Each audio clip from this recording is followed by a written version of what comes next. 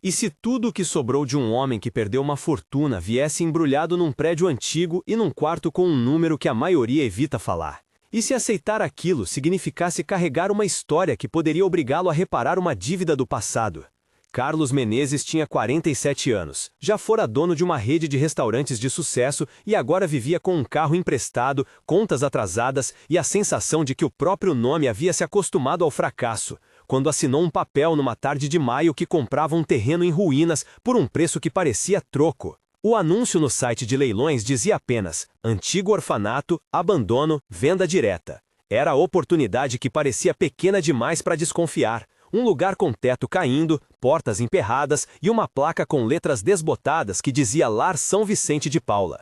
Quando entrou pela primeira vez, o cheiro era de pó antigo, madeira molhada, suor seco e tinta descascada. E no fundo do corredor, a porta do quarto 13, fechada a cadeado, chamou a atenção de forma quase física. Se você acha que ele iria vender, reformar e fingir que nada aconteceu, espere, porque o que estava atrás daquela porta atravessava gerações e fazia perguntas sobre justiça, reparação e memória.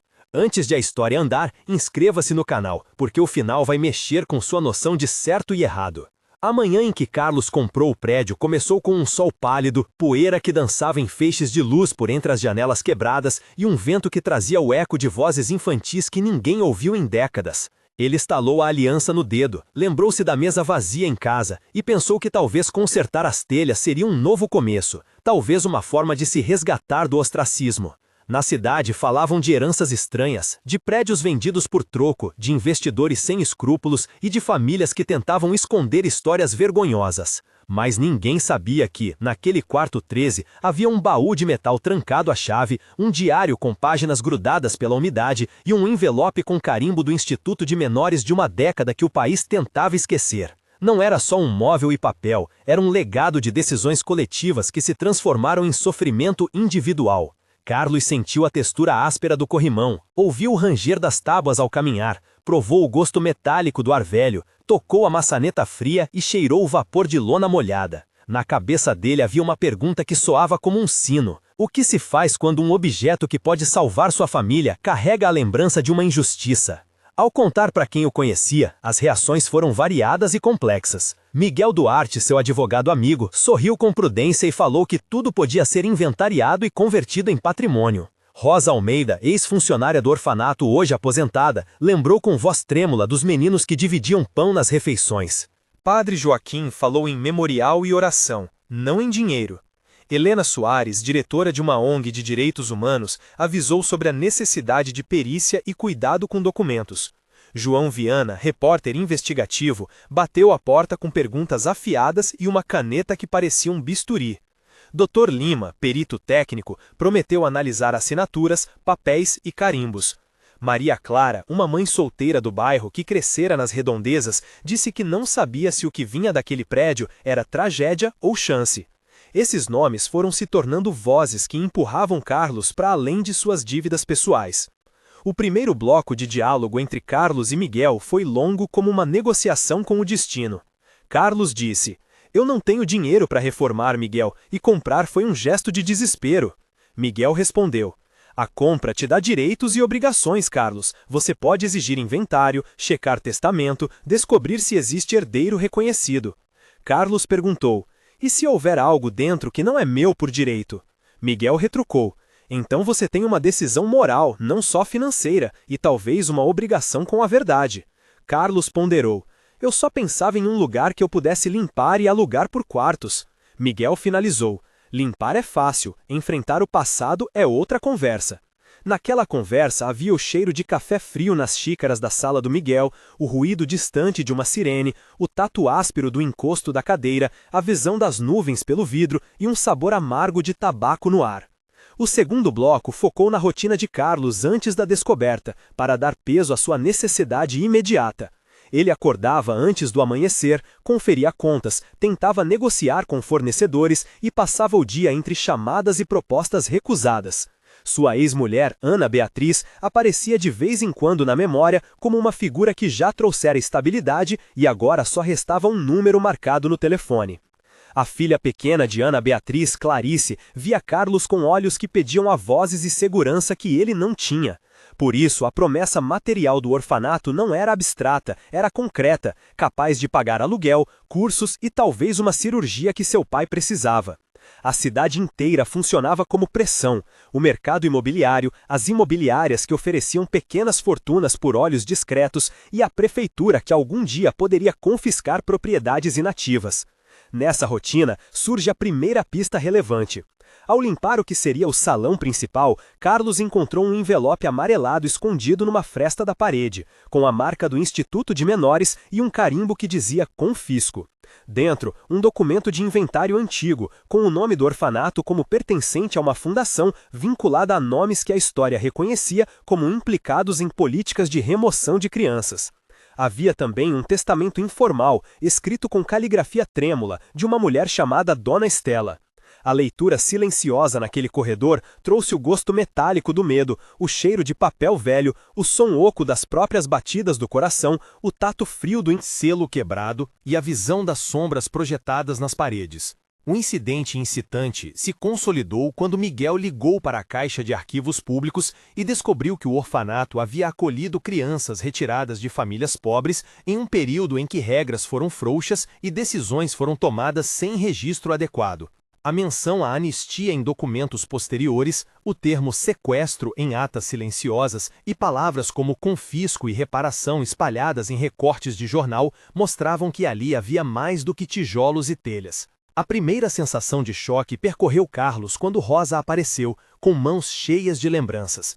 Ela contou como, na juventude, vira crianças levadas por agentes que diziam ser por proteção, mas que nunca mais voltaram para suas famílias. As descrições sensoriais daquela conversa foram vívidas, o cheiro de sabão da blusa de Rosa, as marcas de cal na pele das mãos, o som abafado de uma televisão na rua, a visão das lágrimas que molhavam uma foto amarelada e o gosto salgado que deixou no paladar de quem ouvia.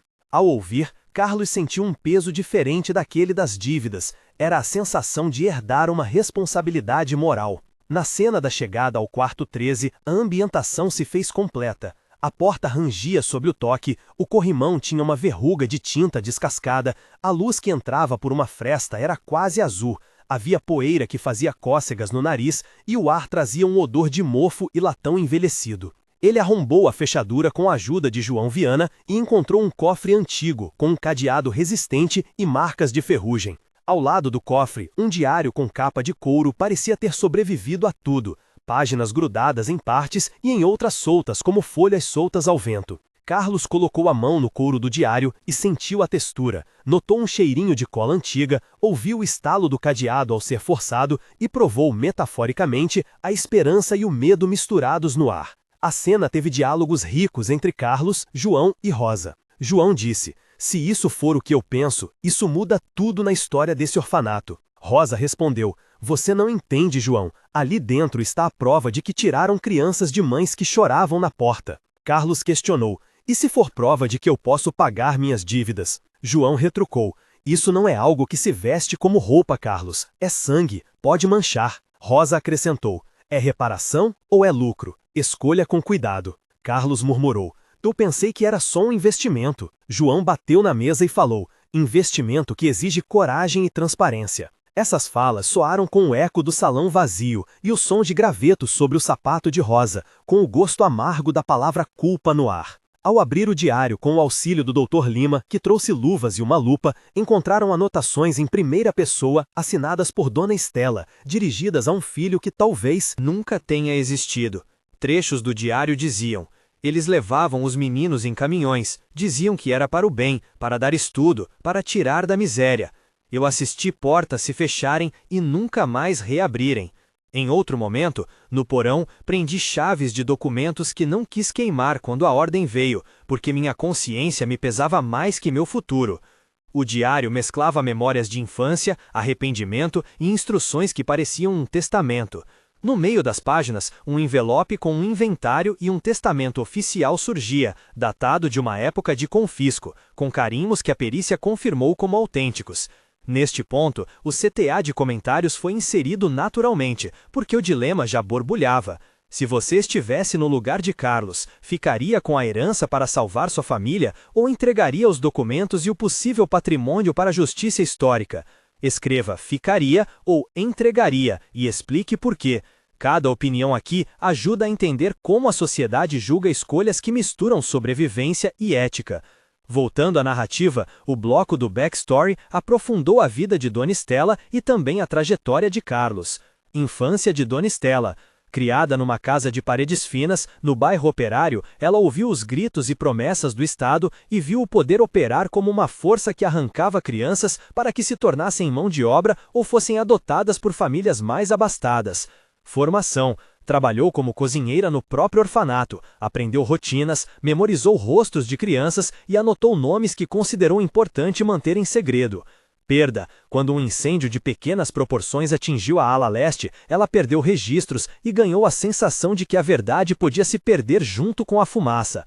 Presente. No diário, ela falava de uma culpa que queria reparar mesmo depois da morte, deixando instruções para que os documentos achados no quarto 13 fossem usados para expor o que havia sido feito. Esse backstory, de cerca de 900 caracteres, explicava por que um objeto deixado num quarto esquecido pesava tanto, e dava a Carlos a noção de que ele não carregava apenas metal e papel, mas vidas apagadas. A vida de Carlos também ganhou profundidade. Ele crescera numa família de pequenos comerciantes, aprendeu a negociar com os vizinhos, teve um negócio que prosperou por 10 anos graças a franqueados e conseguiu reinvestir até a bolha financeira consumir o capital. O choque da falência passou por vergonha pública, pelo silêncio de amigos e pela mudança de rotina que trouxe noites de insônia.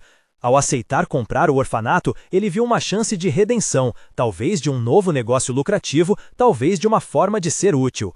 Esse entrelaçar de histórias criou um peso emocional que não permitia decisões simplistas.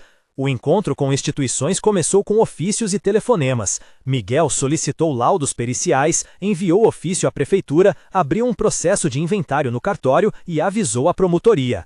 A Polícia Federal, por meio de um delegado, apareceu com cautela, pedindo que nada fosse tocado. João Viana publicou uma matéria que trouxe repúblicas de memória e reações em cadeia, com hashtags e pequenas manifestações em frente ao orfanato. A imprensa trouxe pressão pública e com ela vieram ofertas em envelopes fechados. Um empresário local fez uma proposta para comprar o terreno e discutir um projeto de alto padrão que apagaria o velho prédio da memória. A ONG de Helena pediu que se preservasse o conteúdo para investigação e debate público. Aqui entrou a técnica de explicação processual. O advogado explicou, em termos acessíveis, como funcionaria o inventário, o teste de autenticidade documental, a necessidade de perícia grafotécnica, a cadeia de custódia para manter provas e as possibilidades legais de confisco, restituição e criação de um fundo de reparação ou de uma fundação que administrasse o patrimônio para vítimas ou descendentes. Esse trecho teve cerca de 300 caracteres técnicos, mas foi claro e necessário. O primeiro grande momento de tensão ocorreu quando advogados com pastas grossas chegaram oferecendo dinheiro para fechar o caso. Foi uma tarde de calor, as vozes se elevaram, o cheiro de suor e perfume barato misturou-se, havia o som de carros passando e o toque metálico de canetas. Carlos ouviu propostas em voz baixa. Fechamos isso por 100 mil, sem alarde, você recupera sua vida. Miguel replicou, não é uma questão só de dinheiro. O potencial comprador mencionou, você pode reformar e vender, ninguém precisa saber da origem. Carlos ficou calado, as mãos suando, o gosto de ferro na boca. Rosa gritou, vocês acham que aquilo se apaga com dinheiro? A tensão tomou 2 parágrafos de pensamento e cada um sentiu o peso da escolha, o perigo de reduzir vidas a cifras e a pressão de salvar uma família imediata contra uma justiça histórica. Depois veio a decifragem do conteúdo do cofre. As chaves antigas abriram compartimentos cheios de fotos, fichas de inscrição com nomes riscados e recibos de doações com carimbos de autoridades. Entre as coisas, um testamento legal preterido por um documento intermediário sugeria que o orfanato fora envolvido em um esquema de retirada de crianças com destino a adoções ilegais encobertas por adoções interestaduais. Dr. Lima encontrou no laudo indícios de que os carimbos eram originais, que a grafia de alguns documentos correspondia a funcionários cujos nomes apareceram em listas políticas. A cena de decifragem envolveu diálogos curtidos. Dr. Lima falou, as fibras do papel indicam datação compatível, há resquícios de fuligem que coincidem com um incêndio registrado em 1982. João perguntou, isso muda o jogo? Dr. Lima respondeu: se conectarmos nomes e rotas de adoção, sim, porque cria uma rota de responsabilidade. Carlos tocou numa foto e sentiu como se mãos pequenas pudessem tocar sua alma, uma sensação fria no peito, um cheiro de sabão infantil vindo do passado, o som abafado de vozes em brincadeira ecoando na cabeça. O segundo momento de tensão se deu quando a prefeitura ameaçou confiscar o imóvel por abandono e risco estrutural se o processo judicial se arrastasse. A possibilidade de perder o que já tinha comprado sem sequer decidir sobre o conteúdo do quarto 13 deixou Carlos em pânico. Ele viu possibilidades de ser acusado de manter provas escondidas, viu a chance de que o Estado interviesse sem diálogo e pensou na família que poderia perder o abrigo de novo. Conversas com o delegado envolveram formalidades, e o medo do sequestro do patrimônio fez com que ele considerasse aceitar a primeira oferta de compra. Em pensamento, ele pesou o rosto de sua filha, ouviu o riso curto de Ana Beatriz, sentiu o toque áspero do contrato na mão, teve o gosto de cimento na boca ao imaginar uma reforma e o cheiro de óleo de carro das noites em que trabalhou demais. O clímax físico aconteceu na abertura definitiva do cofre e na descoberta do que havia no interior do quarto 13. As fechaduras cederam com um estalo que parecia abrir uma ferida antiga. Dentro, empilhadas, havia pastas com registros, fotografias de crianças com olhares fechados, listas de nomes com carimbos de saída e um envelope endereçado aos que um dia foram tomados. Ao abrir, surgiram instruções em primeira pessoa, trechos de um testamento moral que pedia que os documentos fossem usados para buscar reparação. Logo após, um objeto metálico pequeno e frio, um medalhão com gravação que indicava um batismo, mostrou ligações entre famílias e a rede que operou as remoções. Naquele momento, João disse: "Isso aqui é bomba." Miguel falou: "É prova, é história, é processo." Rosa murmurou: "São vidas."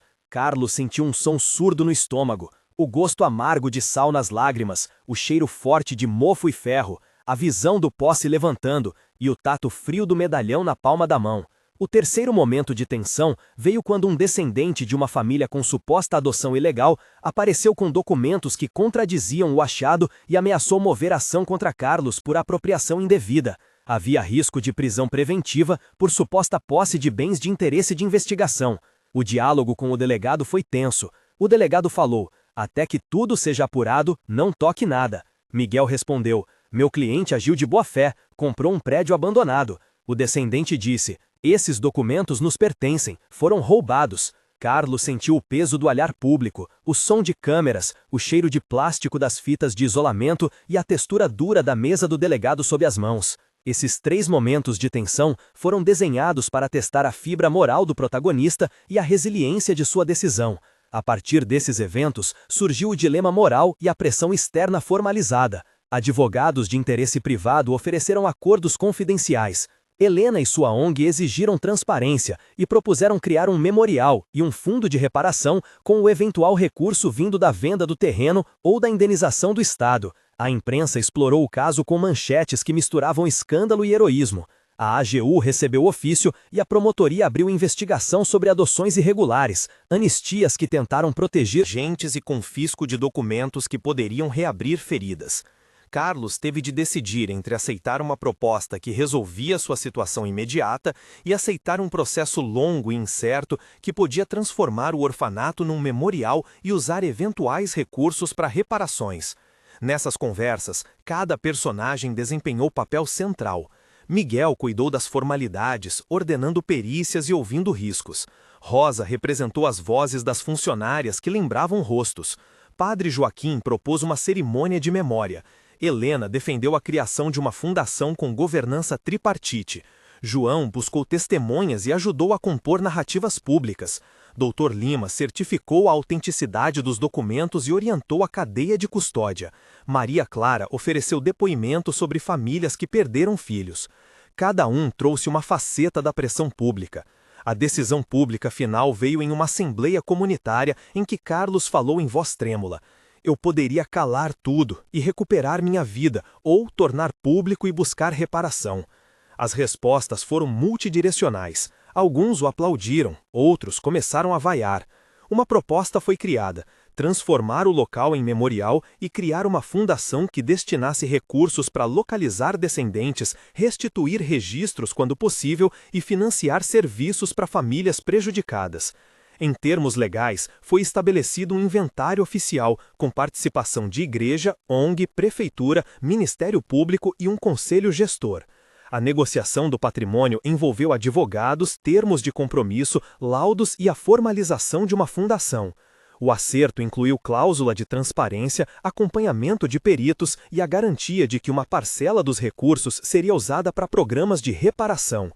A repercussão institucional foi imediata. Reportagens, pedidos de entrevistas, reações políticas e a promessa de uma comissão para investigar adoções irregulares.